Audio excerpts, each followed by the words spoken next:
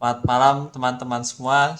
Datang lagi ke acara Practical Talks ya. Kali ini kita kedatangan tamu spesial yaitu Ramza. Wih. Halo, Ditemani halo oleh semuanya. Ramza. Perkenalin diri Ramza. Ya boleh Oh, oke. perkenalkan dulu ya. Halo semuanya. Ya, gue Ramza, gue ilustrator di Polar Engine. Udah. Kameranya dibuka nggak? Loh, Oh. Oh, oh iya, kita pakai kamera nggak kok? Pakai ya? Ya, kalau pembicara nggak usah sih itu sebenarnya. nggak nyala juga. Iya, ntar gue minta dituntut lagi. Udah nggak usah. Eh, Itu aja. Nggak nih usah save ya? kuota, save kuota. Nanti kan, ya nanti soalnya kan nanti lu bakal share slide anyway gitu. Jadi bakal share Oke, screen. Ah. Oke? oke. Oh, Ya udah. ini cuma itu doang kenalannya. Ya, Udah sih. Oh, apa lagi kok? Ya lu apa ya kerja kayak udah berapa lama jadi ilustrator? experience-nya gitu apa Ah, ya. oke. Kalau jadi ilustrator, itu sebenarnya baru mulai tahun 2019. Benar-benar Oh, officially di Karangan Studio. Terus habis itu pindah ke Polar Engine di tahun 2022 sampai sekarang. Jadi kira-kira mungkin berapa tahun tuh? 2003 kurang 9, 4, enggak, 3 tahunan, 3 tahunan. wih asik. Ya. Itu 3 tahun kayak skillnya udah ini ya kayak udah kerja kayak 10 tahun gitu. Wih. Dia emang bakat. Aduh, Dia enggak. bakat. Terus kerja kerasnya tuh Enggak. kerja kerasnya. Jadi kita tuh lagi tidur aja dia gambar, men. Wah, kalau kita gambar Wah, ya apa dong? lu tahu, Tidur. Kita gambar dia tidur. juga gambar. Pokoknya kerja kerasnya hebat lah. Kelihatan dari gambar. Oke, kita daripada berpanjang-panjang mendingan lihat slide Ramza yang panjang ini. Ayo mulai Eh, Ramza. Kita mulai. Oke, sip, Pembahasannya sip. tentang hari ini tentang composition of splash art ya teman-teman. eh, cukup spesifik ya. Ya, Ya. spesialis. Wus. Wah. Udah izin belum nih ya? Eh, eh, izin belum, tapi kan Oh iya aduh, Gak gak. apa lah kan ini konten gratis. Kalau berbayar mungkin pakai yang lain. Oke. oke. Siap. Aman, aman, aman. Buat Ini gimana? Rudy Sison. Maksudnya langsung mulai atau tunggu Langsung masuk mulai. dulu semua? Oh, langsung aja. Mulai. Oke. Mulai Biar aja. habisin waktu. Oke, halo semuanya. Gue hari ini mau sharing tentang composition in splash art. Oke, jadi ini spesifik tentang splash art ya. Gue mau mulai dari arti kata komposisi itu sendiri dulu. Composition itu secara harafiah artinya adalah ingredient atau bahan-bahan dari sesuatu. Jadi kalau di sini kan kita lagi ngebahas gambar. Apa aja sih bahan-bahan untuk gambar? Di sini gue coba untuk breakdown. Kalau kita breakdown tuh banyak banget. Ada aspek perspektif, karakter lighting, background, values, colors, basic shape, semuanya itu harus kita pikirin bahkan sebelum kita ngegambar. Gimana, maksudnya kayak itu kan daunting banget kan, dan kita tuh bisa males gambar jadinya. Nah, di sini gue mau sharing tujuannya tuh biar kayak mensimpelkan mindset kalian sebelum kalian menggambar. Jadi mensimpelkan mindset terhadap komposisi itu tuh sendiri tuh apa gitu. Karena menurut gua komposisi tuh penting banget. Ini adalah salah satu hal yang akan pertama audiens lihat.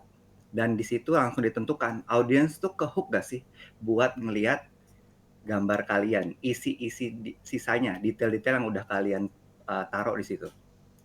Nah, karena banyak dan susah, ini tuh butuh planning yang sangat-sangat matang. Dan ketika kalian di-assign untuk bikin splash art, kalian tuh secara tidak langsung akan disuruh untuk menjual skinnya sebaik mungkin. Ini kan artinya kayak gimana caranya ngejual tapi cuma melalui gambar doang gitu. Ya artinya kan gambarnya harus super bagus kan.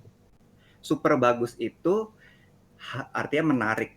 Gua mendeskripsikannya artinya harus bisa ngehook orang gitu. Nah, hook ini gimana cara bikin hooknya biar menarik? Gue pakai 2 cara.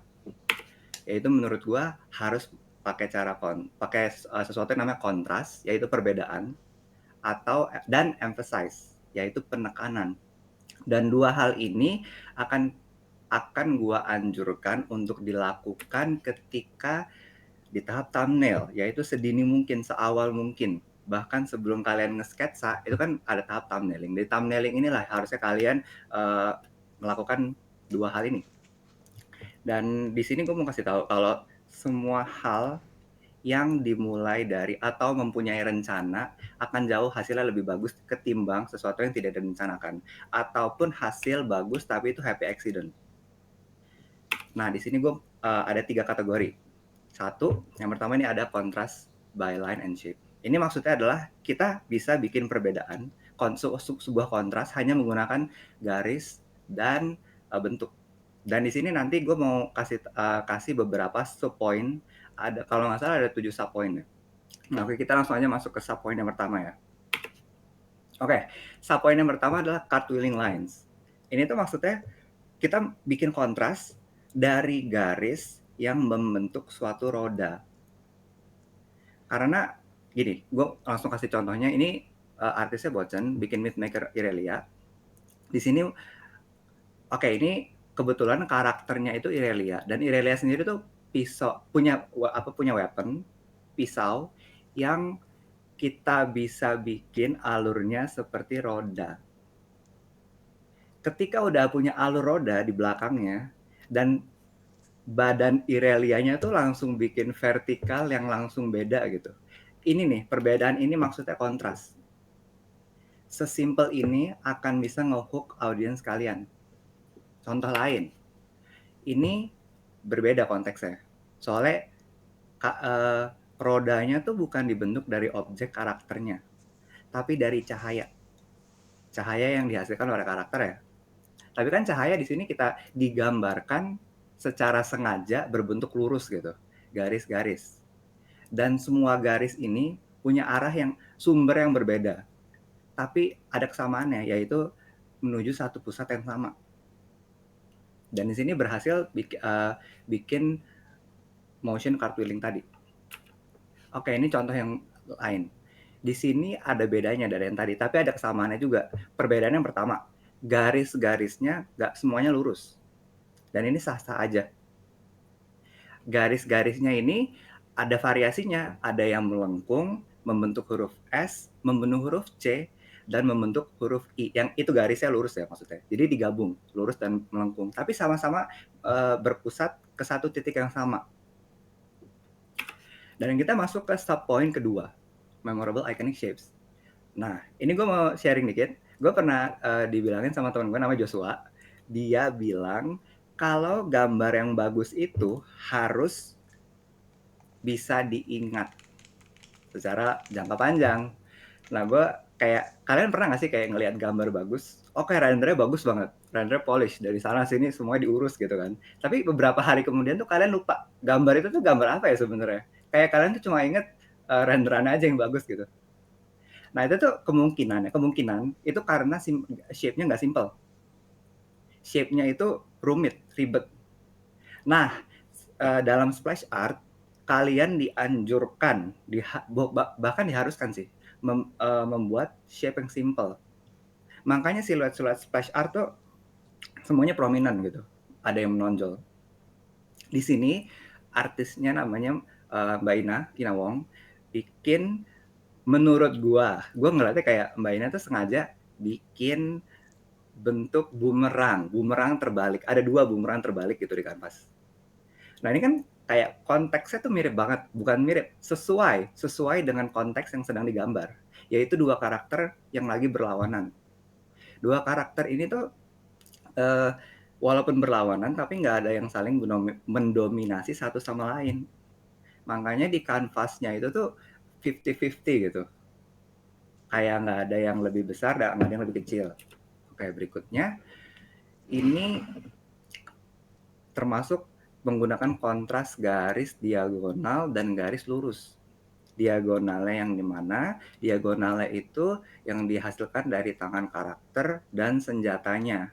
Diagonalnya di sini kayak membentuk zigzag icon petir. Dan garis lurusnya itu tuh yang pilar di belakang-belakangnya. Jadi bener-bener kayak gue ngeliat dia sengaja banget pilarnya, background itu cuma pilar-pilar doang gitu, lurus-lurus. Dan itu tuh benar-benar kontras sama apa yang ada di depannya, yaitu yang garis miringnya. Dan di sini berhasil banget bikin kontras yang menarik gitu. Oke, berikutnya ini Dave Calvis. Eh, Dave Calvis menurut gua sangat sengaja bikin gestur huruf huruf X. Nah, gue mau kasih tahu nih di sini. Maksudnya tadi kan gue bilang memorable iconic shapes kan. Itu tuh juga maksudnya sebuah bentuk yang bisa manusia relate dalam hal sehari-harinya. Di sini kan huruf X kan. Nah, kita tahu lah huruf X itu kan kayak banyak banget ada di rambu lalu lintas. Maksudnya yang kayak stop gitu. Terus PlayStation kan ada huruf X kan. Nah, dari situ aja kita udah kayak langsung bisa relate banyak banyak hal banget kan. Berikutnya ini menurut gue unik sih. Gue paling suka yang ini. Kayak dia tuh artisnya menggabungkan dua bentuk yang udah kontras banget. Segitiga sama bentuk S. Segitiganya sendiri ini kan terbuat dari sudut-sudut yang lancip kan, 3 sudut lancip. Sedangkan yang S ini terbentuk dari 2 sudut tumpul. Itu tuh udah bikin perbedaan yang sangat jauh. Dan yang ini, kalau ini gue mau ngasih tau kalau ini tuh lebih ke penekanan. Karena ini simple dan fungsional. Menurut gue, artisnya mau ngegambarin karakternya ini tuh tidak berbahaya. Jadi, karena tidak berbahaya, yang bisa merepresentasikan itu adalah bentuk bulat. Makanya dia sengaja banget, kalau kalian lihat nih tangan kakinya, limbs-nya tuh nggak ada yang keluar sama sekali dari siluetnya gitu. Dan itu nge-contain siluetnya menjadi bulat. Oke, kita masuk ke subpoint yang ketiga, framing pakai cahaya. Sesuai namanya, karena menggunakan cahaya, kita bisa bikin kontras terang gelap atau kontras value. Dan biasanya kontras value ini, maksudnya yang subjek ini tuh porsi yang terangnya lebih sedikit, lebih kecil dibandingin porsi gelapnya. Kontrasnya di situ. Nah, contoh yang kedua, ini lebih ekstrim lagi. Sama kayak yang tadi, pakai kontras value. Tapi di sini juga ada kontras ukuran.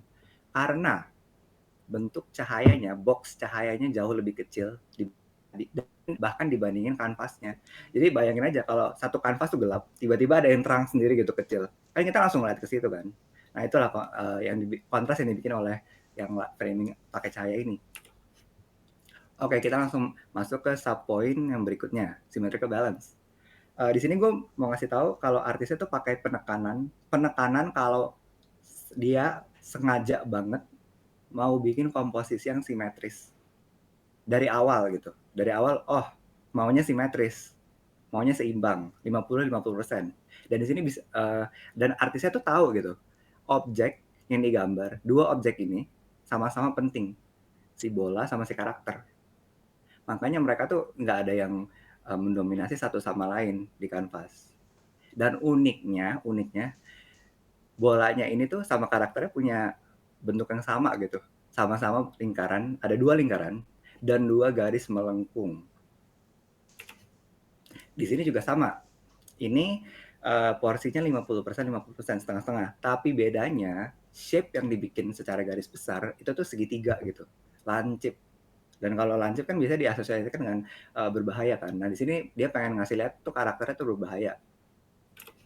Ini juga sama. Setengah-setengah, tapi ini lebih keren lagi. Karena bukan hanya kanan kiri yang sama. Tapi atas bawah juga sama. Kalau sini gue ngeliatnya kayak rambutnya tuh ini ya, bikin melengkung dan panggungnya sendiri tuh ada garis gestalt yang melengkung juga kalau digabungin sama backgroundnya. Nah, oke. Selanjutnya kita masuk ke subpoint kelima, yaitu crossing lines. Maksudnya adalah membuat kontras dengan garis yang menyinggung. Garis yang menyinggung kan artinya garis yang bertabrakan kan.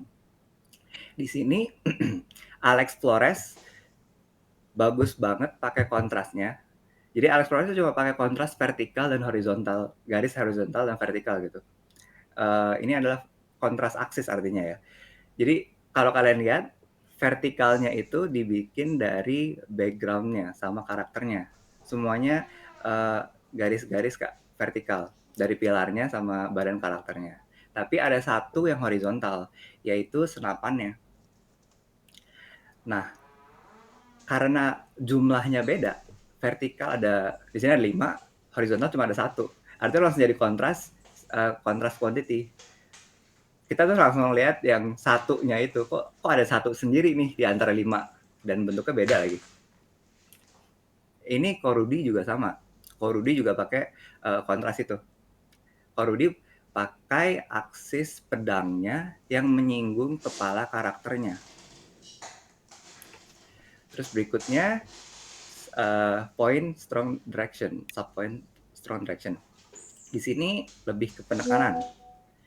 Sesuai konteksnya, artisnya pengen ngegambarin karakternya itu sedang menerkam, sedang lari dari satu arah ke arah lain. Nah, tapi di enhance dari backgroundnya juga sama-sama lari dari arah yang sama ke tujuan yang sama. Di sini ciri-cirinya ada 2. Yang pertama, titik hilang perspektif itu ada di dalam kanvas, yang ngebuat artinya langsung gambarnya itu langsung ekstrim secara langsung. Dan biasanya tuh arahnya pokoknya dari satu sumber yang sama ke arah yang sama. Misalnya kalau di sini kanan ke kiri. Dan yang terakhir, kameranya biasanya miring. Karena miring itu kayak bisa ngedemonstrasiin suatu motion, chaos, atau tidak seimbang lah intinya. Ini juga sama, pakai teori yang sama, dari satu titik ke titik lain, yang titik hilangnya juga di dalam kanvas. Tapi beda konteks. Kalau ini kan kayak dia pengen ngasih lihat tuh karakternya lebih playful, lebih cute gitu. Kalau tadi kan menerkam, tapi tetap aja bisa pakai teori yang sama gitu. Oke, ini yang terakhir, flowing lines. Ini juga salah satu yang gue paling suka sih. Soalnya menurut gue ini kayak bebas banget dan sangat membantu ketika kalian bikin organic shapes.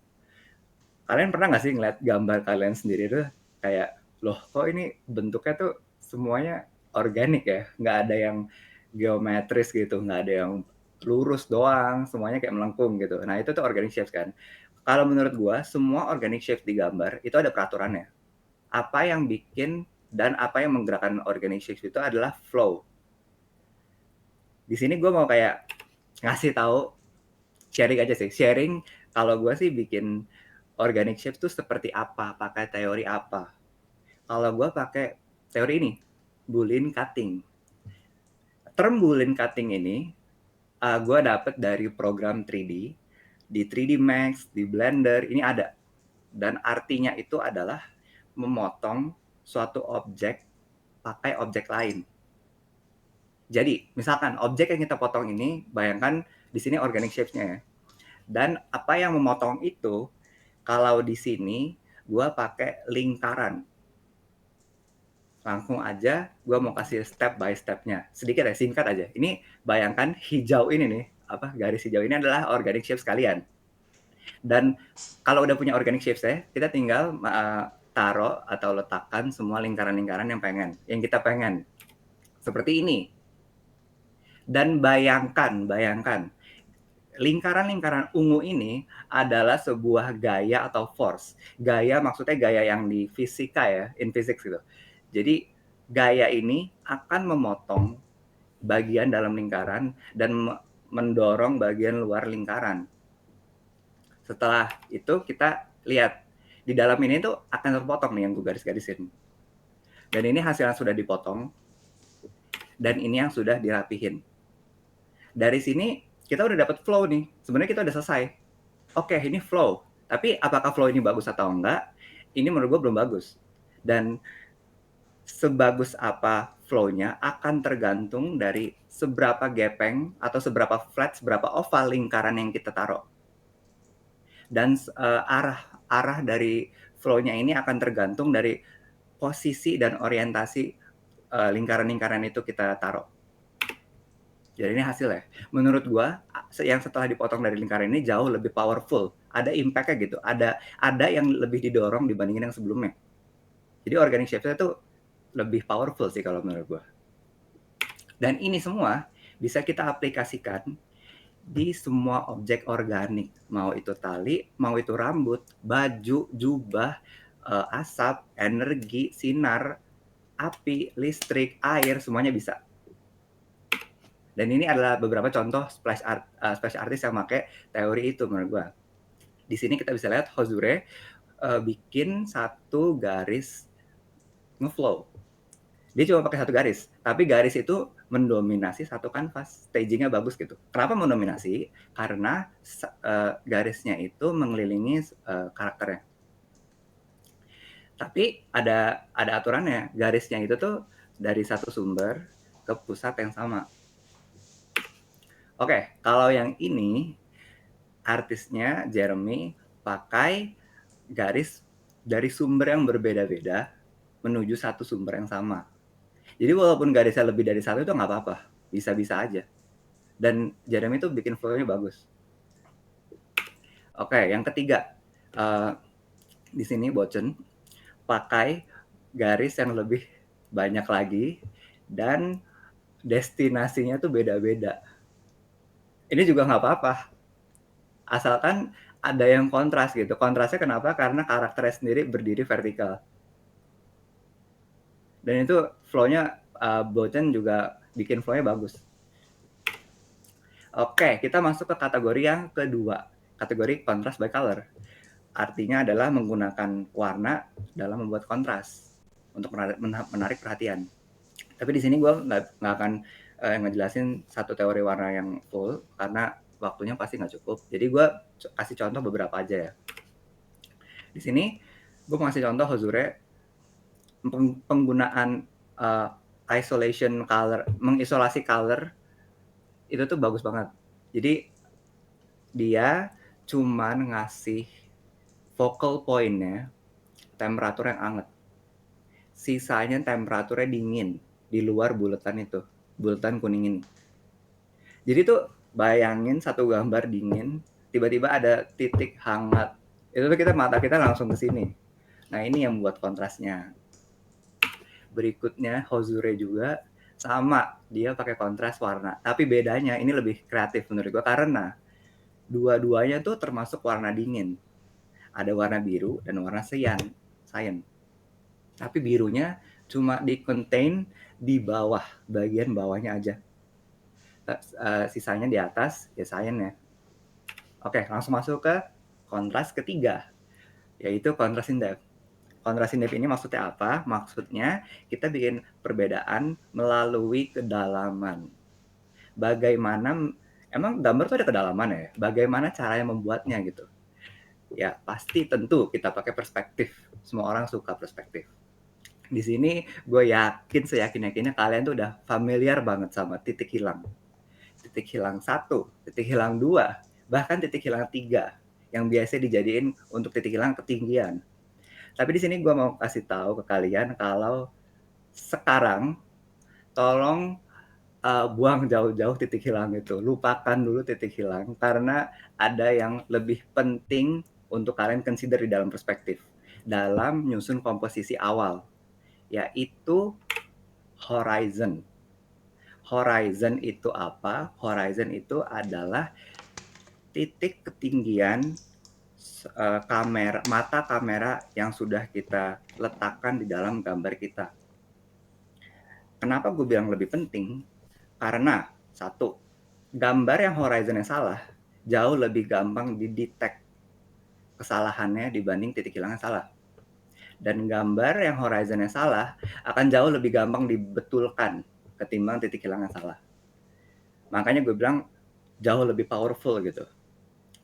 Dan ini gue bilang ketika kalian nggak bikin bentuk geometris ya. Maksudnya kalau bentuk geometris oke, kalian nggak bisa pungkiri kalau titik hilang itu penting. Nanti penyok-penyok gitu kan. Nah, kalau misalkan kalian bikin benda organik, semua itu akan hilang gitu. Semua importance itu akan hilang. Dan kalian akan lebih penting horizon. Dan mungkin ya bisa aja sih kalian pakai 3D untuk presisinya gitu. Di sini gue mau ngasih tahu ada 3 tipe horizon yang bisa dipakai di dalam splash art. Yang pertama adalah high angle. High angle kayak bayangin kalian tuh seekor burung, seekor unggas yang sedang terbang di langit gitu. Nah itu ketinggian kalian, kayak kalian jadi drone. Nah mata kalian tuh ya ngelihat tanah tuh ya serendah itu, nggak semata kalian gitu garis langitnya. Nah kalau yang eye level kayak ini garis mata manusia biasa. Kalau yang low angle, bayangin kalian jadi seekor tikus, seekor kura-kura atau kucing gitu kan. Ini gue ngasih contoh beberapa high angle yang diaplikasikan di splash art. Semua splash art kita bisa ngelihat plane bagian atas kepalanya. Kalau yang ini eye level artinya kayak kita ketemu orang biasa. Nah, kalau yang ini low angle, yang ini kayak misalkan semut ngeliat manusia gitu. Dan kalau kita ngomongin perspektif, kita nggak bisa ngelupain yang namanya foreshortening. Ini adalah core kunci dari pembuatan kontras yang dihasilkan dari kedalaman. Kita harus paham tentang foreshortening. Foreshortening sendiri itu apa? Artinya adalah memendek, secara harafiah memendek. Kenapa memendek? Karena objek yang kita gambar akan lebih menghadap kamera, jadi jelas jauh lebih pendek. Gue mau ngasih demonstrasi singkat. Bayangkan sebuah kanvas putih ini, kalau gue tanya kedalamannya di mana, bahkan gue aja nggak bisa jawab gitu, kedalamannya di mana, ya putih doang gitu. Tapi kalau gue taruh titik-titik yang sesuai dengan perspektif, kita langsung kayak seolah-olah, oh iya ya, yang deket tuh yang di sini, dan yang jauh yang di sana. Ini tuh basic dari sebuah optic illusion. Perspektif juga pakai ini. Dan di splash juga akan pakai ini. Dan foreshortening, kuncinya adalah ini. Jadi kalian bisa refer back ke perspektif ketika kalian mau pakai foreshortening. Ini adalah splash art yang pakai foreshortening. Menurut gue sukses ya. Bagus banget pakainya. Oke, kalau kita ngomongin foreshortening, gue harus bahas lawan kata foreshortening ya. Kalau gue nyebutnya tuh wayang. Kenapa wayang? Nih, wayang kan kayak gini kan, kayak cut out paper gitu. Biasa aja, kayak kertas gitu. Kenapa kertas? Karena kalau kita lihat sampingnya tuh gepeng, flat. Nggak ada dimensinya. Sebelum gue masuk ke sini, gue mau kasih tahu, wayang dan foreshortening itu bukan jelek dan bagus ya. Dua-duanya bagus dan dua-duanya bisa jelek. Ketika apa? Kalau misalkan wayang, bagus ketika ada intentionnya, ada tujuannya. Artisnya sadar mau pakai komposisi yang wayang. Nggak secara tidak sengaja, nggak secara lupa, nggak secara kesalahan gambarnya gitu. Kalau foreshortening yang jelek tuh apa? Foreshortening yang ketika artisnya yakin dan paham banget, ini dari awal pengen foreshortening. Tapi pas hasilnya nggak kelihatan kayak foreshortening, karena plane-nya nggak merepresentasikan perspektif gitu. Nah ini gue mau ngasih contoh wayang yang bagus banget. Wayang yang sesuai dengan konteks, sesuai dengan tujuan artisnya. Kalau di sini tujuannya tuh, ini kan jelas ya, ini kan yang kiri, ini kan skin line-nya namanya Arcana. Di skin line Arcana, emang pengen ngedepict, menggambarkan karakternya itu tuh dalam kartu tarot gitu. Kartu tarot, kuncinya kartu. Dan kartu itu kan gepeng ya, nggak ada tuh dimensi dalam kartu. Nah, gimana caranya si artis ngedepict sesuatu yang gepeng? Ya pakai teori wayang. Foreshortening nggak ada, hampir nggak ada gitu. Walaupun ada objek yang ngadep kamera, tapi ngadep kamera doang itu tuh nggak, menurut gua less impactful dibandingin sesuatu yang di depan kamera. Jadi ada dua foreshortening. Satu, yang ngadep kamera itu less impactful, dan dua, yang benar-benar di depan layar kamera. Nah, itu yang paling impactful. Nah, di yang kanan ini kan sama nih. Theme dari skin line-nya itu Shanghai Scroll. Nah, dia kan kayak mau ngasih lihat kalau karakternya itu di dalam dunia scrolls, yang semuanya di mana kayak cut out paper gepeng. Emang ini intentional bagus. Dan ini juga bagus. Alex Flores nggak pakai skin line yang ngewayang, tapi Alex Flores gue sangat seyakin-yakinnya dia sengaja bikin wayang. Balik lagi, karena kalau Alex Forrest bikin foreshortening nggak kayak gini. Ada perbedaannya. Kalau ini udah jelas pengen ngewayang dan pengen ngasih lihat atau menonjolkan siluet karakternya yang bagus. Cukup pakai siluet dan rendering. Dan karena ini menurut gua, dia tuh pengen achieve elegance. Elegance tuh nggak perlu foreshortening. Yang penting renderingnya cantik. Dan ditambah siluetnya yang bagus. Udah, ini sukses banget. Oke, ini gue mau kasih contoh foreshortening yang jelek ya. Ini gambar gue. dulu tuh kan maksudnya kayak dari awal, dari dulu gue tuh suka banget foreshortening kan. Semuanya gue pengen pakai foreshortening. Sampai sketsa, semua sketsa opsinya gue pakein foreshortening biar adanya tuh nggak bisa ngelak nih. Oh, milih ini foreshortening, milih ini foreshortening. Nah, ini salah satunya yang sketsa yang ada foreshorteningnya. Tapi eksekusi gue buruk seburuk-buruknya buruk. Play-nya tuh nggak kebaca sesuai dengan perspektif. Jadi misalkan kayak tangannya, itu tuh tangannya intentionally pengen menjauh dari kamera, tapi kesannya dari pundak sampai sikut itu tuh sama semua, datar gitu. Ini juga sama. Apalagi ini kayak oke, ini udah dibantu dua foreground di kanan kiri, tapi masih kelihatan kayak wayang. Kenapa? Ya karena gue nggak ngedefine plane yang harusnya ada di bawah tangannya gitu. Di bawah tangannya kan mengidentifikasikan kalau plane-nya itu menjauh dari kamera. Jadi numpuk gitu. Tapi gue nggak gambar itu karena gue nggak paham dulu. Maksudnya nggak nyadar, nggak secara sengaja gue pengen kayak gitu. Nah, ini gue mau ngasih demo bagi orang, maksudnya bagi kalian yang masih skeptik. Wayang tuh apa sih maksudnya? Wayang itu dalam lingkup 3D itu seperti apa gitu. Ini gue coba crop gambar Evelyn Alex Flores tanpa background. Dan gue mau coba masukin ini ke lingkup 3D. Ini lingkup 3D-nya. Bayangkan kalau suatu gambar itu tuh terbagi menjadi tiga ground. Foreground, midground, background. Depan, tengah, belakang. Nah, Evelyn ini dan sekitar-sekitar ya, talinya dan wayang apa sih? Wanita-wanita di bawahnya itu berdiri di tengah-tengah ground-nya. Ground gambar kita, midground. Di foreground tuh nggak ada sama sekali objek gitu. Nah, ini yang dinamakan wayang. Kebalikannya, kalau intensi kita mau bikin foreshortening, ada teorinya, yaitu teorinya ini. Teorinya, semua objek, misalkan kita taruh di midground, itu harus menyeberangi ground lain. Jadi misalkan yang di midground harus ada part setengah, mungkin sepertiga, seperempat harus maju ke foreground.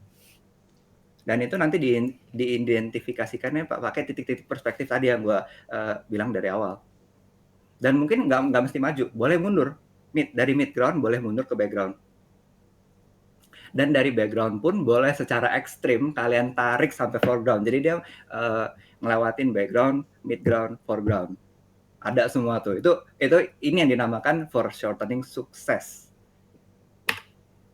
Oke, berikutnya ini gue mau kasih contoh bagaimana cara menganalisis foreshortening yang bagus atau enggak.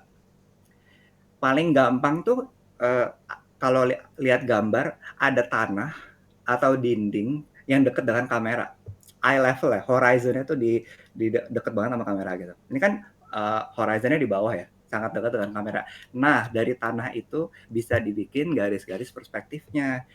Dari sini, coba lihat di objek di sebelah kiri yang digarisin warna pink. Itu kan ada pagar-pagar kayu kan, garis-garis gitu.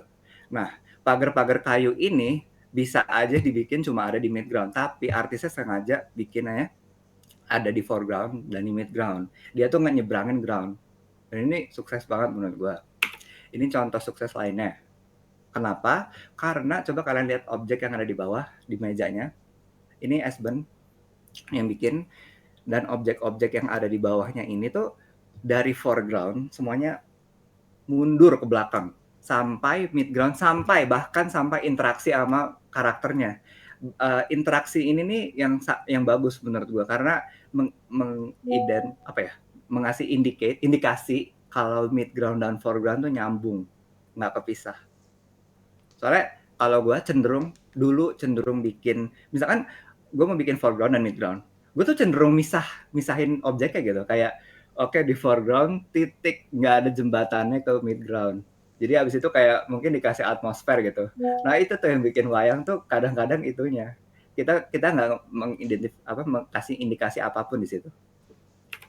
Nah ini yang terakhir, ini menurut gue paling jenius sih, soalnya dia ngasih identifikasi kontras kedalamannya itu bukan cuma dari depan ke belakang, bukan cuma titik hilang dari depan ke belakang, tapi titik hilang dari atas ke bawah. Nah di sini gue seyakin-yakinnya Cheng Wei Pan artisnya sengaja banget milih pose pistolnya tuh dikeatasin. Lihat mulut pistolnya itu merupakan objek teratas tertinggi di gambar ini. Dia lebih tinggi dari kepalanya, lebih tinggi dari gedung, lebih tinggi dari semuanya. Dan ini ngasih tahu kalau pistol ini tuh udah masuk foreground yang ada di atas. Oke, berikutnya gue mau mengaplikasikan semua teori ini ke gambar gue.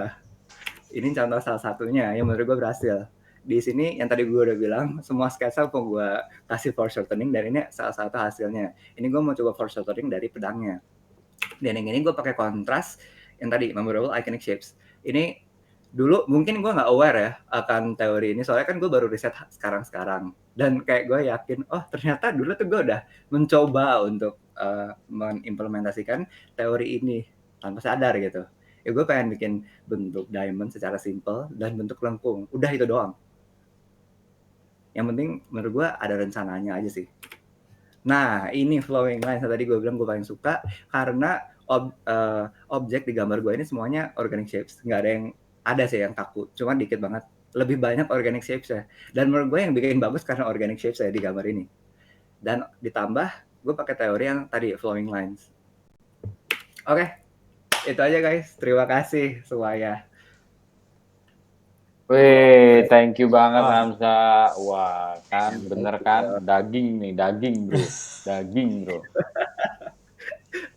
Nah, gimana? Siapa yang tertarik mau untuk lebih lanjutnya lagi nih Ramza menjelaskan secara detail, mungkin kita minta dia ngajar kali ya. Setuju nggak kawan-kawan? Aduh. Gimana kalau Simple kita kasih aja. tepuk tangan dulu buat Ramza? Mana nih tepuk tangannya? Gimana sih cara bikin tepuk tangan nih? Oh, ini Gimana nih. tuh gue?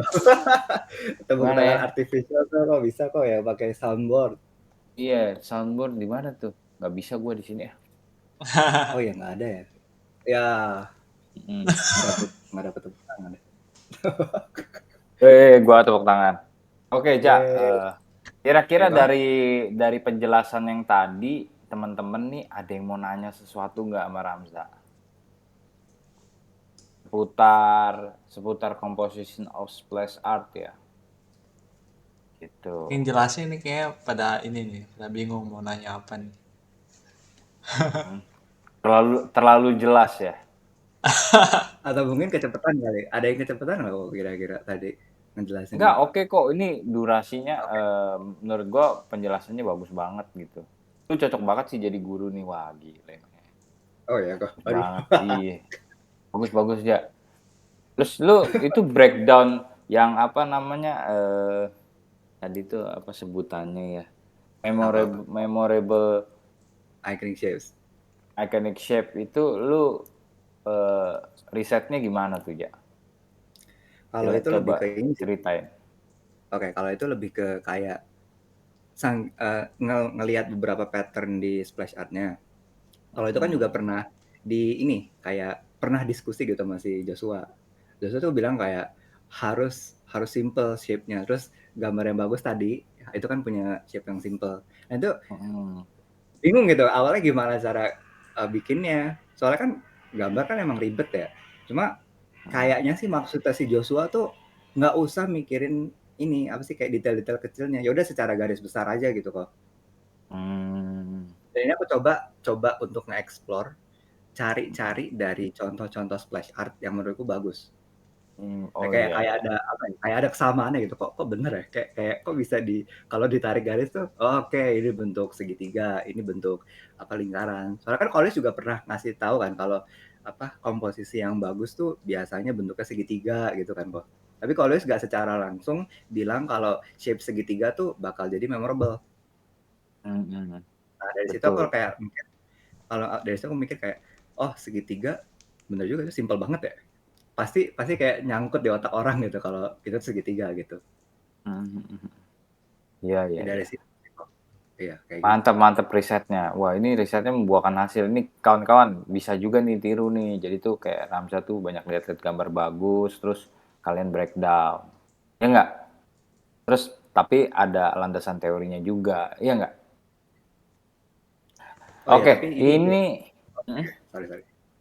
gimana Nggak, tadi gimana, mau Ja? bilang kalau ini tuh maksudnya bukan peraturan absolut ya. Jadi ini tuh nggak mesti kalian ikutin kalau kalian nggak setuju. Dan kalian mungkin ini bisa jadi guidance saja gitu. Kalau misalkan kalian bingung, refer back ke sini boleh. Dan ini aturan nggak in order. Kalian bisa explore sendiri mau gabungin yang mana dan yang mana gitu maksudnya kok. Udah itu aja. Iya iya iya, mantap mantap mantap. Ini ada yang mau nanya nih, mau tanya Kak, average time ngerjain satu full splash art itu berapa lama? Hmm, oke. Yang jauh siapa? Hmm, lu, gua. Oke. Biasanya sih 1 bulan sih. 1 bulan Sebulan lebih ya? dikit, ya atau kurang sedikit bisa. Ya sekitar-sekitar. Wih, mantap. Kalau pakai formula gitu akan berulang nggak kalau bikin komposisi? Ditanya lagi tuh. Soalnya sering sketsa udah bangga banget, tapi pas lihat-lihat ke orang lain udah pernah dipakai. Wah, kalau gitu semua udah pernah dipakai. Ini kalau mau jawab kok atau gimana? Aku lagi. Nggak, ini menurut Ramsa gimana? Kalau pakai formula gitu akan berulang nggak? Kalau bikin komposisi. Soalnya sering sketsa udah bangga banget, tapi pas lihat-lihat ke orang lain udah pernah dipakai Oke, posisinya. Oke. oke, oke. Menurutku semua komposisi bakal kelihatan banget kemiripannya. Tapi kan gambar tuh bukan cuma ini ya, bukan cuma yang tadi, bukan cuma bentuk komposisi yang tadi uh, aku jabarin gitu. Gambar kan bakal di-define lagi siluetnya. Siluet ini yang nggak bakal mirip, nggak bakal sama gambar lain. Satu, karakternya udah beda banget, banyak banget karakter yang bisa dibikin dan punya karakteristik yang beda. Belum lagi adegannya beda, belum lagi ini apa sih kayak objek-objek di foregroundnya itu kan udah membedakan banget gitu. Apalagi dari warnanya itu udah beda banget sih kok. Kayaknya menurutku nggak apa-apa, justru komposisi yang sama nggak apa-apa, apa rumusnya nggak apa-apa gitu dipakai.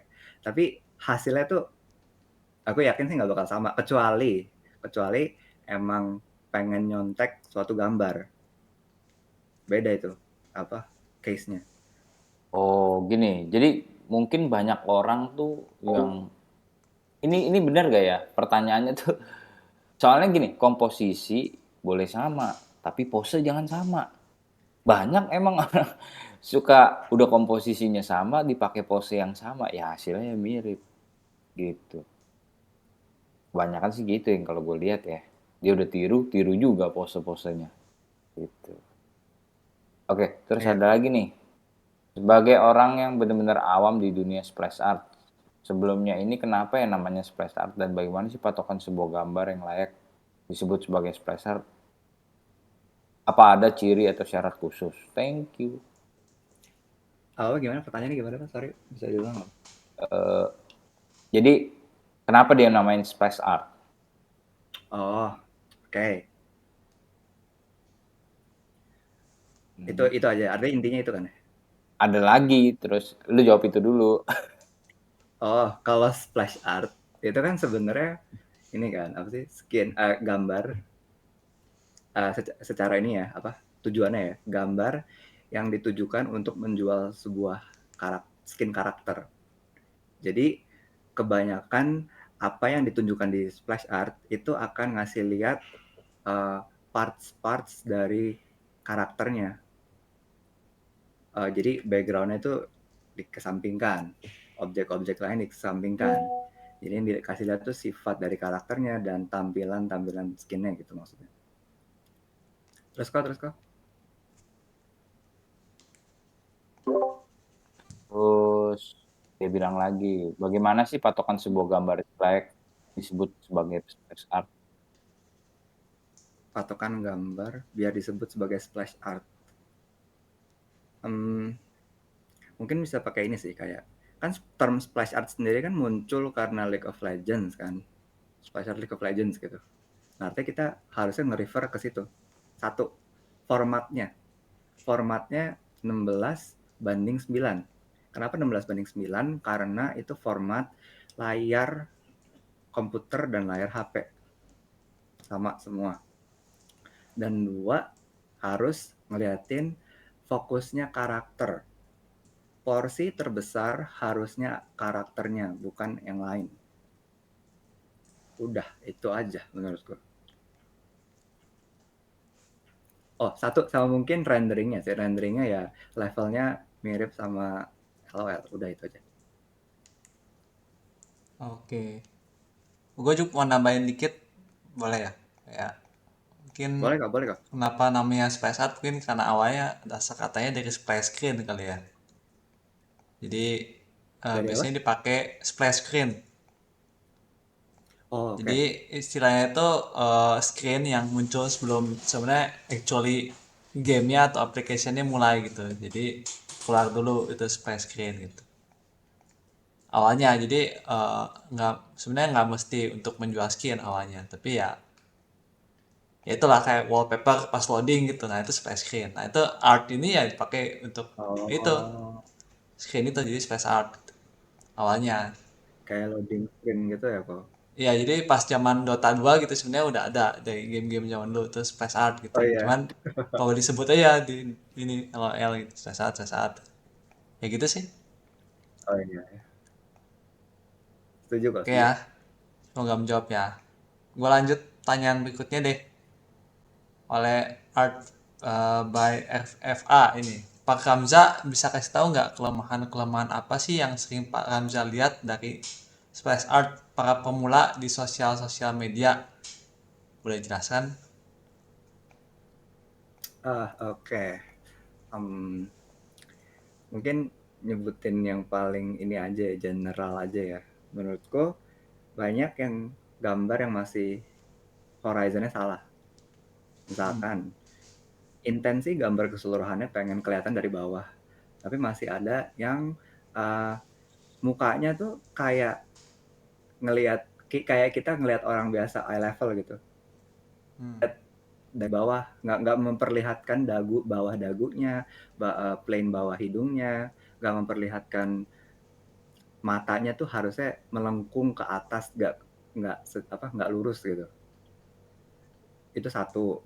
Terus dua, foreshortening sih. Foreshortening kayak apa ya? Kayak oke, intensi ada foreshortening. Cuma garis-garis plain-nya itu nggak ngikutin titik-titik perspektif gitu. Jadi mungkin kelihatannya bisa jadi kayak wayang ya. Itu sih kok yang paling kelihatan. Horizon yang paling paling bisa dilihat. Ya berarti kayak sebenarnya skill drawingnya tuh ya kayak belum matang gitu. Jadi kayak maunya dari bawah dari depan lagi kelihatannya gitu. Iya, iya.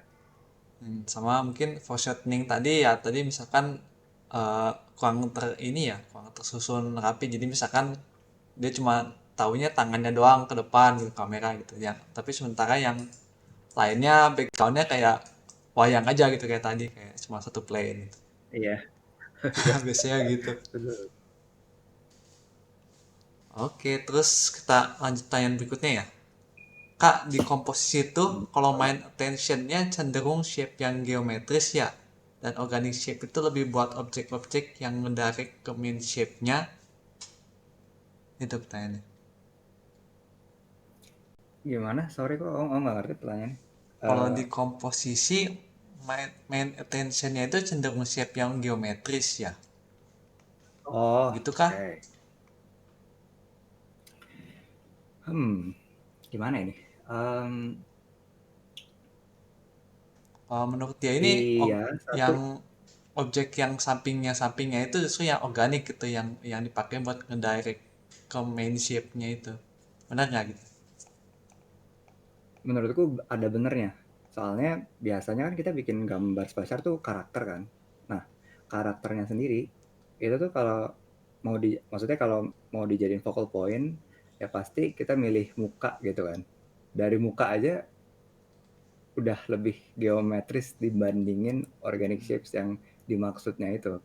Menurutku pasti maksudnya kayak ada kain, ada apa energi yang ngeflow gitu kan. Nah itu udah jelas pasti lebih lebih banyak flow-nya dibandingin focal point-nya karena ya itu dari anatomi sendiri sih. Hmm. Iya, menurutku kayak gitu. Hmm. Berarti cenderung lebih ini ya, lebih geometris ya. Meskipun misalkan Ya, objeknya sendiri kayak kayak benda yang organik, misalkan kayak dragon kah misalkan, dia kan kayak cenderung organik gitu kan, apalagi yang kayak panjang gitu badannya.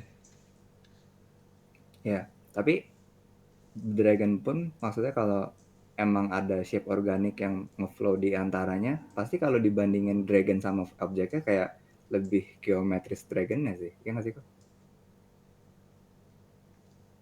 Iya kali ya. Sebenarnya menurut gue sih nggak terlalu meter ya, kayak lu mau ini define sebagai apa. Pokoknya kalau eh, menurut teori yang tadi itu, kalau misalkan objek utamanya lebih geometrik, ya yang sampingnya ya lebih organik gitu kan. Atau yang dianya organik berarti eh, yang buat ngedirectnya pakai geometris gitu kan, cuma buat main kontras aja gitu. Iya, yang penting ada bedanya sih. Ya, kontras lah ya itu. Iya. Oke. Eh, Masih ada banyak nih kayak pertanyaan. Selanjutnya Ini kita sampai jam berapa? jam 9 aja lah. Cukup kan? Oh, oke oke.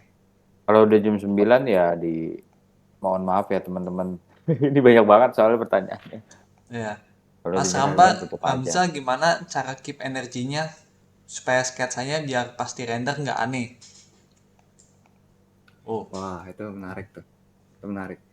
Em, ini mindsetnya gini sih. Kalau kalian ngesketsa sampai ngerender, itu pasti energinya bakal sedemikian rupa terkikis. Akan secara natural itu hilang pelan-pelan. Tapi yang penting kan tetap ada hint of gesture-nya gitu kan. Energinya maksudnya. Nah, ini kayak harus misalkan dari sketsa energinya udah bagus, tapi pas misalkan dibenerin anatominya, itu gesturnya tuh makin hilang. Nah, di situ di remind lagi di situ. Dibenerin lagi gesturnya. Emang nggak apa-apa maksudnya dari awal misalkan udah bagus, terus tiba-tiba kaku.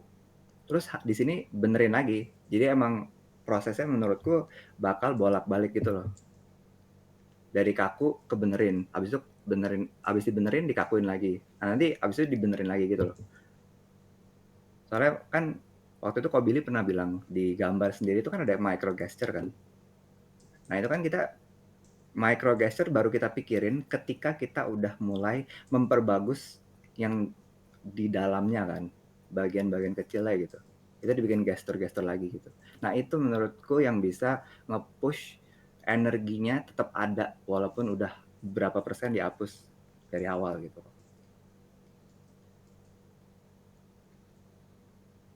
oke, cukup menarik sih.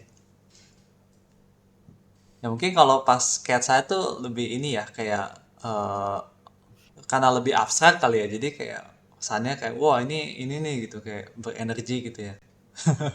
Begitu di render kan Iya, kayak magicnya hilang gitu, kayak semuanya kayak jelas gitu, kayak mukanya jelas, semuanya kayak nggak ada yang iya, tebak-tebakan gitu. betul.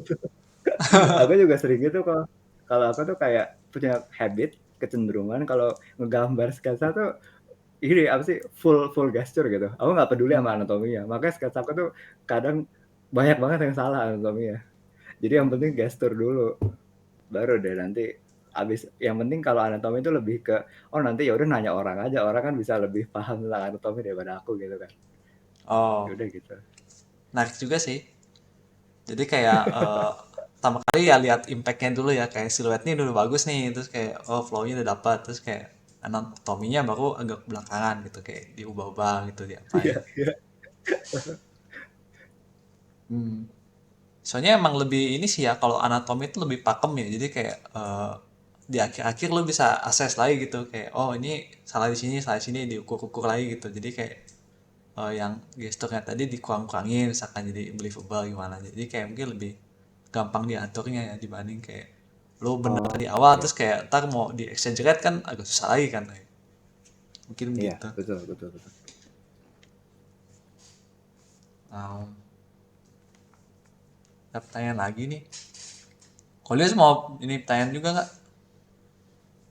Satu aja ya, satu pertanyaan terakhir ya. Pilih yang bagus nih. Boleh kok. Ini mau dipilih. Soalnya ini ada apa nih? Ada yang ngomong masih kurang paham tadi gambarnya Kak Ramza yang pegang panah ditulis bad attention follower salah di mana? Salahnya di mana? Coba buka lagi, buka lagi. Yang Yang smart ya. ini ya? Ini Ini bukan? Ah ya, Oh, em, menurutku, misalkan kayak ini kan lihat armor pundak si apa yang musuhnya yang di bawah itu kan kayak sebenarnya harusnya lebih belakang dibandingkan crown-nya kan, ujung crown-nya gitu. Tapi di sini karena value-nya sama gelapnya tuh sama gitu. Dan bahkan yang crown-nya tuh, aduh gimana jelasinnya ya kalau nggak pakai gambar ya. Play-nya tuh ini apa nggak ngadep kamera gitu. Nggak ah, yang bagian deket kamera nggak lebih besar dibandingin yang lebih jauh dari kamera. Ini tuh udah kasih indikasi kalau dua-duanya di ground yang mirip. Padahal pundak sama crown jauh deketan crown dibandingin pundak. Dari sini aja udah kelihatan oh salahnya. ya ya ya ya Ditambah ya. itu bagian dadanya itu hitamnya sama sama dengan pinggangnya. Yang harusnya pinggangnya jauh lebih jauh dibandingin dadanya. Iya dari Hmm. situ udah kelihatan sih kalau harusnya. ya jadi Ini tuh mungkin, kayak Artinya medus, eh, kayak hah? ular ya dia kayak ular ya nah, karakter yang di bawah itu. Ya, siren sih kalau ini. Ya oke. Artinya bukan ini sih, mungkin harus nge-consider value-nya juga, bukan cuma perspektif gitu. Ya itu aja. ya benar Gimana sih Bin? yang Tadi mau nambah apa? oh yang kalau yang gue lihat ya itu si yang siren yang di bawah sama karakter main karakternya itu masih satu ini kayak middle ground gitu udah gitu. Kayak mungkin dari Iya. gambar udah mungkin benar ya pas dari gambar udah benar gitu kayak dia pengen di foreground terus kayak itu makin ke belakang makin ke background gitu.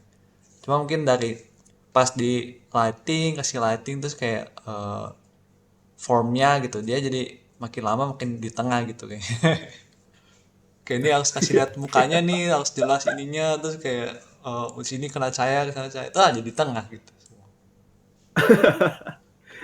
Oh itu mungkin juga ya kayak radius cahayanya tuh nggak lebih gelap dibandingin yang karakter utamanya gitu. Jadi kesannya Mungkin kayak oh ya kayak udah artinya jaraknya sama gitu kan. ya kayak lu nggak berani nge-framing gitu pakai si sirennya jadi kayak lu pengen berusaha tunjukin semuanya gitu kayak badannya full gitu jadi kayak ya udah dia jadi di middle Oh, gitu karena itu. itu habitku juga dulu tuh kok. Yang kalau ada objek semuanya tuh harus diliatin gitu. Aku tuh ada habit itu kok dulu. Sampai kayak si Joshua tuh kayak disuruh ini potongnya potong-potong gitu kayak kayak apa ya kayak habit buruk banget sih itu. Oh, ya plus minus sih sebenarnya. Oke, ini kayaknya satu pertanyaan terakhir ya. Ini soalnya menurut gue bagus. Boleh boleh. Tuh, dari An Wang. Apakah kalau perspektif nggak wayang dan nggak positioning alias tengah-tengah menurut Kak Ramza kurang bagus? Oke, itu ya pertanyaannya. Iya, pertanyaan pertama. Enggak sih, bukan bukan itu maksudnya, tapi lebih ke ini kan tujuannya kan ngasih kontras kan. Kontras yang tadi maksudnya kalau misalkan foreshortening full maksimal 100%, itu artinya dia unggul di kontras ini. Tapi kalau yang tadi, yang misalkan wayang itu bayangin wayang itu 0%, foreshortening 100%, mungkin dia di 50%. Oke, dia nggak apa-apa nggak kontras di kedalamannya. Tapi kan dia bisa pakai kontras lain gitu maksudnya. Dia bisa ngunggulin aspek-aspek lain, mau itu warna, mau itu rendering, mau itu siluet. Sah-sah aja sebenarnya. Dan mungkin dia punya alasan sendiri gitu, punya konteks sendiri kenapa pengen milih 50% itu dibandingin persen-persen lainnya. Emang pengen Hmm. emang mungkin dia pengen ada yang 100% objeknya, tapi ya udah si karakternya 50% gitu. Itu kan juga sebuah plan kan kok. Mhm. Ya, Ya jadi itu sih. ini yang betul betul. Gimana? Gimana aja? Ya kok apa? Udah itu aja kok maksudnya. Oh iya, jadi, yang tadi teori yang Ramza kasih tahu itu sebenarnya itu, apa namanya, mempermudah kita untuk bikin plan. Jadi bukan bagus apa nggak bagus, gitu. Menurutku itu ya. Jadi kayak kayak ini sangat membantu gitu, menyederhanakan pola pikir kita untuk bikin komposisi, gitu. Itu loh, ada teori-teorinya, gitu. Nah, terus ada lagi nih, yang nomor 2-nya referensi foto pose shortening yang bagus untuk dipakai menurut Kakak gimana? Karena banyak yang kutemui referensi pose foto shortening tengah-tengah atau nanggung. Contohnya gambar yang ada di sini. Coba, Ah, Jak, lu lihat. oke. Yang mana kok? Yang Di ini? Anhuang itu, pertanyaan Yang Anhuang. kaki ini ya, kaki naik ke kursi. Ini apa sih? Kayak Betul, Ya itu. itu. Oke, oke, oke. Oke, kalau gue mau refer lagi, kalau kata Joshua, Kenapa pakai bikin kata foto Joshua? soalnya soalnya ini kok knowledge dari orang, aku nge-respect orang Oh kok. gitu, oke, siap siap. Ini kalau kata dia foto sendiri, bikin foto sendiri. Pokoknya referensi itu harus sepersis mungkin. Kalau nggak persis, ya artinya salah. Udah itu sih kok. Resource-nya bikin sendiri, paling mudah. Ada 3D, ada foto sendiri, ya itu. Dah, itu aja. Ini maksud pertanyaannya adalah gini loh, referensi pose shortening yang bagus menurut Kak Ramza kayak gimana? Yang sama persis, yang sesuai dengan, misalkan udah difoto, hasilnya tuh kalau di crop, ditempel ke gambar, bisa dipakai, Nah, cocok sesuai. oke, berarti jadi gini, berarti bikin gesturnya dan pokoknya bikin konsepnya dulu, baru foto gitu, baru Iya. atau cari referensi dulu, baru bikin posenya. Gimana nih? Gimana nih? Jadi bingung nih. Ditanyain itu ya. Aku tadi salah nangkep sih mungkin. Mungkin aku nangkepnya kayak kalau udah ada referensi yang salah, ini mau diapain gitu. Aku nangkepnya gitu. Oh gitu. Nah, ini gue nangkepnya dia bilangnya begini, ini bagus apa jelek nih, for shortening kayak gini. Gue nangkepnya itu doang. Oh, jadi nangkepnya kayak foto yang ini udah termasuk foreshortening 100% atau belum gitu maksudnya. Ya mungkin for shortening menurut lu bagus apa enggak gitu. Oke. Menurut gua kan tadi udah balik lagi, yang menurut gua foreshortening tuh nggak ada yang salah sih. Mau berapa persen foreshorteningnya itu sah-sah aja. Tapi yang salah itu ketika kita milih yang 50%. Tapi pengen digunain buat foreshortening gambar kita yang 100% intensinya. Jadi itu udah salah penggunaan gitu kok. Kayak Gimana tuh? nggak Gua apa-apa nggak. kita oke, misalkan kita mau pakai ini, kalau gue ngeliatnya yang ini kok, ini tuh Hmm, nggak deket banget sama kamera kan, jadi nggak cocok betul. buat digunain untuk komposisi foreshortening yang 100% yang benar-benar dekat kamera. Dan di gambar kita misalkan sketsa kasarnya ini lagi pose sama, tapi dekat banget sama kamera. Terus kita maksain diri, ini nge-gaslight diri sendiri gitu. Ini tuh mirip, oh, ini cocok. Ya jadi hasilnya ya udah nggak 100% gitu. Hasilnya ya sepersen yang fotonya. Hmm, jadi Dan dari jelas-jelas, situ eh, jelas-jelas dari main situ objek, main objeknya ini in the middle gitu ya. iya. Oh gitu. Terus gimana tadi? ya tadi maksudnya ya artinya itu bakal dikategorikan sebagai foreshortening yang salah kalau kita nge-refer ke plan kita yang awal. Maksudnya plan yang tadi awal tuh. Jadi salah karena plan kita sendiri. Bukan karena gambar ini tuh salah, nggak boleh dipakai gitu kok. Oke, betul. Berarti kalau gua simpulkan tergantung foreshorteningnya mau se ekstrim apa gitu. Kalau misalkan mau yang foreshortening banget, berarti gambar ini nggak cocok. Soalnya jelas-jelas nggak foreshortening banget, meskipun ada gitu. Betul, betul, betul, Jadi betul. kalau mau gini doang ya ini cocok gitu maksudnya gitu. Bisa nggak ini Betul. dipakai buat splash art? Sangat bisa gitu, ya kan? Bisa. Bisa banget, bisa banget. Gitu. Jadi nggak ada yang salah mau foto ini gitu. Jadi berarti tergantung planmu, ya kan? Plannya seperti apa, ya cari yang sesuai. Oke, itu aja. Itu Lamaan nanti. ada yang terakhir mau nggak? Terakhir satu tuh. Itu terakhir. Oh iya terakhir Terakhir betul juga. Yang mana, yang mana? mau gue bacain. Kalau cara manage Oh, value yang baik itu kayak gimana? Oh, oke. So, oh ini terakhir ya, ramai banget dan semua objek kan pengen dapat kontrak. Oh, ya. nah, oh, oke. Ini gue melihat ada satu kalimat yang gue kurang setuju. Yang ini, yang dan semua objek kan pengen dapat kontras. Ini sebenarnya di splash art nggak boleh kayak gitu. Nggak boleh semuanya dikasih kontras. Jadi emang harus ada yang dikorbankan. Menurut gue kayak misalkan yang ini kan misalkan tadi tuh ditulis value 0 sampai 100. Jangan 100 deh, mungkin 10. 0 sampai 10.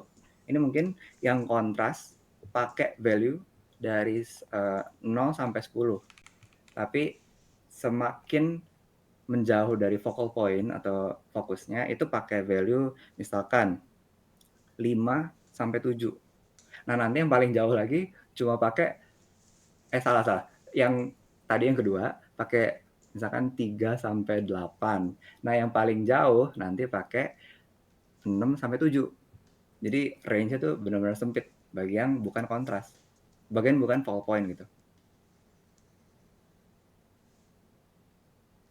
Iya, itu sih. Halo? Oke, Oke. gua rasa itu sangat amat menjawab ya untuk value. Oke, kalau gitu thank you banget teman-teman udah hadir. Terus thank you banget untuk Ramza yang ngebahas tentang composition splash art ini. Menurut gua sangat bagus banget. Kalau ada rekaman, ini direkam nggak ya, Bill? Rekam dong. Sayang Direkam. banget kalau nggak direkam Wih, ya. iya betul. Kalian bisa Waduh, nonton thank you. lagi di YouTube, sama bisa share ke teman-teman kalian juga tuh. Oke teman-teman, thank you. Thank you. Sampai jumpa. Oh ya, by the way ada pengumuman. Kayaknya announce apa tadi namanya, Bill? Announce ini ya mini challenge ya yang sama Wacom juga. Betul sekali. Mm-mm. Coba, Ya lanjut kok apa gimana tuh maksudnya? Dulu challenge-nya. dong, katanya bakal. Oh ya, jadi eh, kita akan ngadain mini challenge lagi kayak sebelumnya. Yang sebelumnya itu apa sih ya armor ya? Yang kali mm-mm. ini eh, space creature. Jadi akan ada hadiah juga dari Wacom dan dari kita. Jadi yang kemarin belum menang atau belum sempat ikutan, kalau sempat kali ini boleh ikutan lagi ya. Jadi kita akan cari pemenang lagi dan kita akan review Mau juga bagi-bagi ya. hadiah. Deadline-nya kapan Betul. kok itu? Hmm, katanya 2 minggu ya, 2 minggu ya? examination. Benar gak sih 2 minggu? Sesa mana Sesa? Ya harusnya sih 2 minggu. Ya, kurang lebih lah 2 minggu ya. Ntar kita kasih announcement-nya lagi ya yang lebih official. Oke, Oke. tutup Bill. Kalau gitu. Ya udah, kalau gitu thank you teman-teman udah datang, terutama untuk Ramza yang udah Yuk. bawain materi yang super ya. Jangan kapok untuk Terima berikutnya kasih, kalau thank you kok. ya bawain lagi materi yang lain. Teman-teman di sini udah senang nih menunggu. Rame Oh banget ya, lu kali ini lu. Wih, thank you ya, thank you guys. semua ya. Bye, Sampai sampai jumpa ketemu. di Thank you ya, guys. bye. Bye.